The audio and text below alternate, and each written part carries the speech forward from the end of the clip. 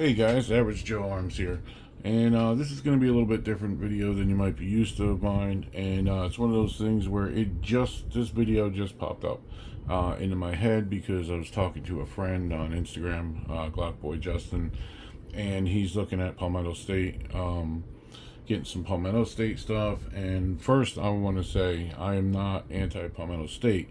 As you can see here, I have two full-size frames, a compact, and I have two slides and the micro dagger. So I'm not a Palmetto State hater. My Palmetto State 300 blackout rifle is my favorite rifle. It's my go-to rifle. It's my home defense rifle. So I'm going to say that right away because I'm about to say some things that people could say that I don't like Palmetto State. So right off the bat, I like Palmetto State. My main theory, and this is how I'll start out, and this is what I start out telling people who ask me about the Palmetto State stuff. If you already own a Glock, and you have a Glock at your house, and a 19, a 17, I don't care what it is, a 43X, if you already own a Glock, and you buy a Dagger, I believe you will be disappointed. I do.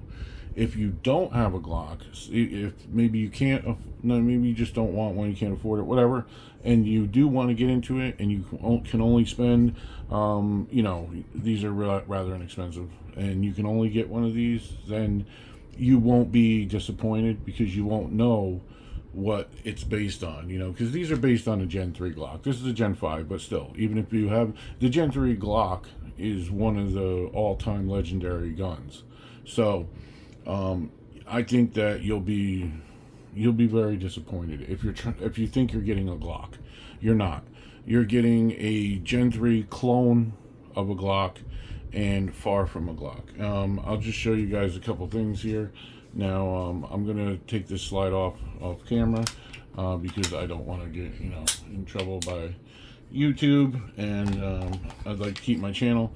But even something as easy as that, when you take down a Glock and you put a Glock, say, back together, the differences right away become very inherent. They just pop right out when you're doing something like that, which is what happened with me. I own this Glock for years. It's one of my favorite guns. And the day I got this is what I got. I ordered them separately. All these, except for this, were ordered separately. I ordered a full-size frame in gray and got this. Then I ordered the slide, and they didn't send me the right slide. They sent me the wrong slide with no barrel. So I had to send that back. No problem. Customer service was excellent. It sucked because they had to wait. I had to send this out the next day. They had to wait till they received it. Then they had to send out the other one. So that kind of sucked, but what are you going to do? Crap happens. That doesn't bother me. Customer service was great. They were very nice. That we just boom, nice transaction. So that's not a diss on them at all. But anyway, I got the threaded barrel, the full-size slide, the SW6 with the window cuts and all that. And I really like this. And it, of course, no optic. It was cut for RMR, so it just came like this with a base plate on it. So I got that, and I got this. So when I finally got them both together, and in the excitement of getting it, I took it and I put the slide on. So slide's already on. I'm not doing anything like that. And right away, I pulled it back, and it went over top of the rails in the back. And I was able, because, you're pulling it, I was able to get it even further back, and it literally got stuck. I wasn't expecting this loose of a fitment. And something else I'll show you. I'm going to pull it back off a little bit. And just so you can see, I'm on the front rails. If you do that, you can actually get this gun to pull apart. So YouTube, I'm not taking the gun down, it just fell apart. It fell off those rails. That's how loose that this gun is. It'll kind of break off, and then I'll show you guys so you can see I'm not manipulating this footage in any way. It's on both rails, and it's already up over the top, and it's that loose, and you know, like I showed, it will just come apart like that. So, yes, the tolerances are loose. So, you don't, I'm going to get it together. So, it's very loose. And, you know, that is something, man. I mean, if you look here, you got your little gap here. Well, if I push down, it closes that gap. And then I can physically just open it. Yeah. It's not, this is not a Glock. As far as shooting, it shoots rather well. I do have some light strikes. I've had some stovepipes. I've had some failure to feed. Some of it is the Winchester ammo that I used. But besides that Winchester ammo, this baby, now I'll show you this one. Now if I put this on the rails, the tightness, now I can get it to hit that back rail, but I can't get it to go over it like the other one. And once it's here, it ain't coming off the sides. It's not even on the rails yet, and it's super tight on there. And then once it's on, that's the mag.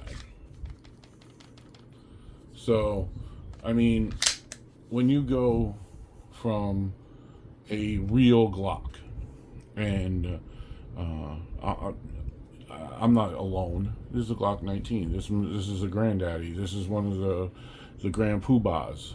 And me being a Smith & Wesson fanboy, as you guys know if you follow my channel, I'll still put this up against any of my Smiths. I love this gun. It's a great gun. So don't think when you're buying a Palmetto State Armory Dagger that you're getting a Glock. You're not. Now, I'm not saying that they say that. They're selling you a Dagger. It is a Gen 3 clone, so a lot of people are assuming it's like a Gen 3 Glock, and it is not. They are their own, and I don't think I got just one bad one, because I'll show you guys. This is a compact frame. Now, you know, really nice. This will fit on the full size, and here's a full size frame. I just took that off the compact, and same thing, we'll get it back here. Oh, if I even can. Sometimes it's hard to get them on. Yep, here we go. Over the back rails, and then it slides off. So, and that's on the full-size frame. So, does it look good? I think so. It shoots good. For some reason, this one shoots much better than this one. Especially on the compact frame. I don't know why. But tolerances are the same. So that's with the full size. Take her down. Even just pulling the slide off. If you are used to doing that on a Glock, you're gonna feel it right away. But here we go. This is the compact frame, and I'm on the rails, and just loose as can be. And see, we get it over the disconnect, not the disconnect. This one's actually even worse. Look how far that goes back over the rail. That's crazy. That's crazy. And then, of course, like we showed, you can just take it apart. Just clicks right off.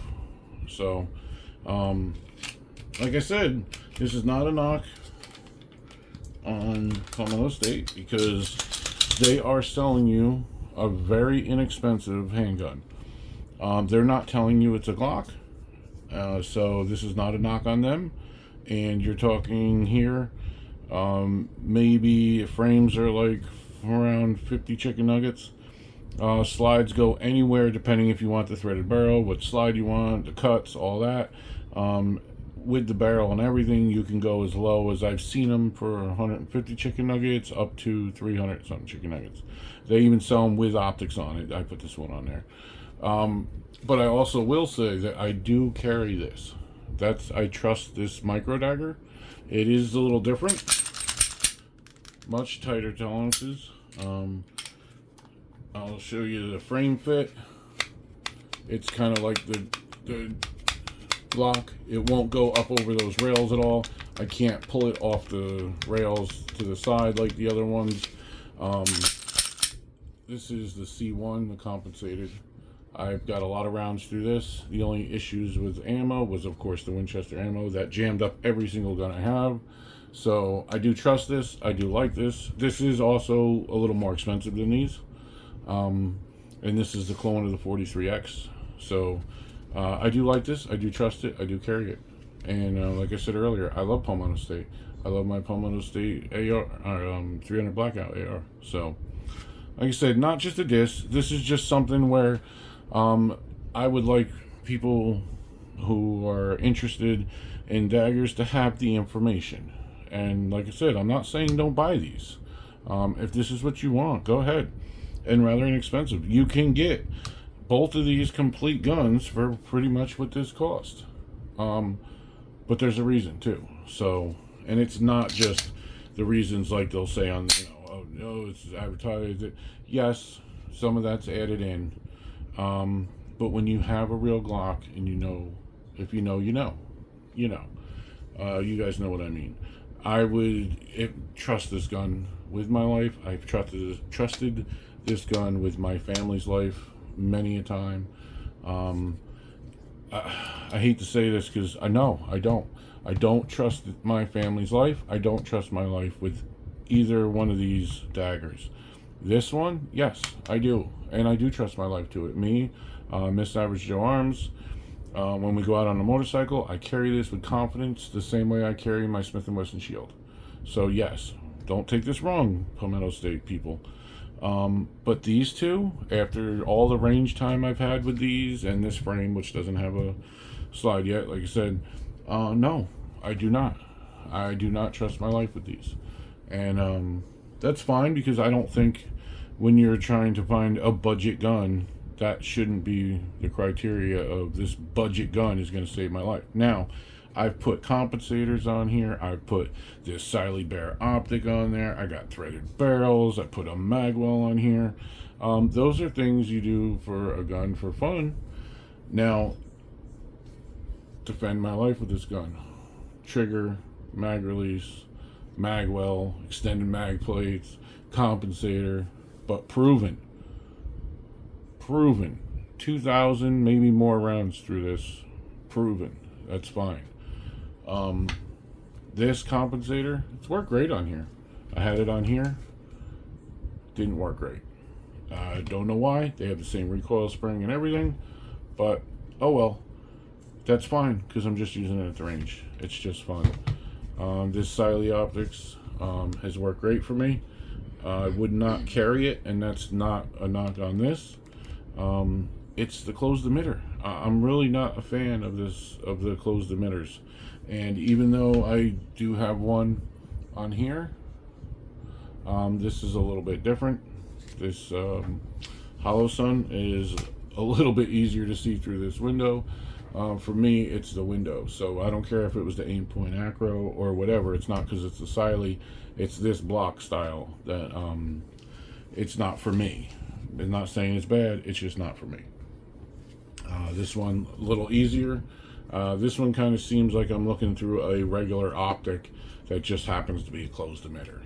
But also, look at the size. I mean, it's a lot smaller. The window is kind of about the same size. But anyway, guys, that's just a quick PSA. No, just fun on words, Palmetto State Armory. But anyway, guys, like I said, not a knock on PSA.